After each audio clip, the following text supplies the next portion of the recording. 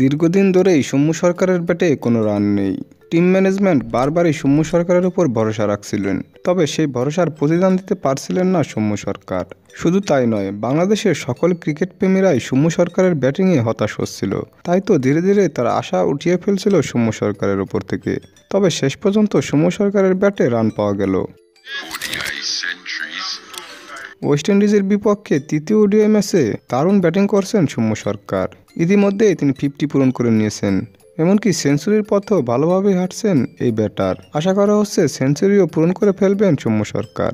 বাংলাদেশের জয়েও বড় অবদান রাখতে পারে সৌম্য সরকারের ব্যাটিং, এটাই আশা করছে অনেকে। এখন দেখার বিষয়, এই সেঞ্চুরির পরে সৌম্য সরকার কি বাংলাদেশের হয়ে দীর্ঘদিন সার্ভিস দিয়ে যেতে পারেন কিনা। দর্শক, সৌম্য সরকারের ব্যাটে রান পাওয়ার বিষয়টিকে আপনারা কীভাবে দেখছেন?